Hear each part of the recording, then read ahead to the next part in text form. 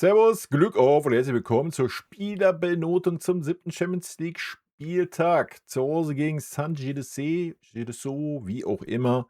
Zum 2:0 Arbeitssieg unseres FC Bayern München. Joa. Gehen wir rein. Manuel Neuer, Note 2,5. Eine gute Tat. Ansonsten nichts zu tun gehabt. Min-Jae Kim, Note 3,5. Ähm, Gelb-rote Karte lasse ich ihm jetzt nicht unbedingt an. Der Schiedsrichter war unter aller Kanone. Jonathan Tah Note 2, Alphonso Davies Note 3,5, Ito Note 3, Guerrero Note 3, Kimmich Note 3, Bischof Note 4, Pavlovic Note 3, Harry Kane Note 2, ein verschossener Elfer. Ja, ansonsten sehr, sehr gut gemacht. Luis Diaz Note 3, Lennart Kahl Note 4, Michael Olisse Note 2, Kompanie Note 3. Ja, wir stempeln das Ganze unter Arbeitssieg ab und dementsprechend ist das auch sehr übersichtlich von der Benotung her. Rot-weiße Grüße gehen raus, haut rein.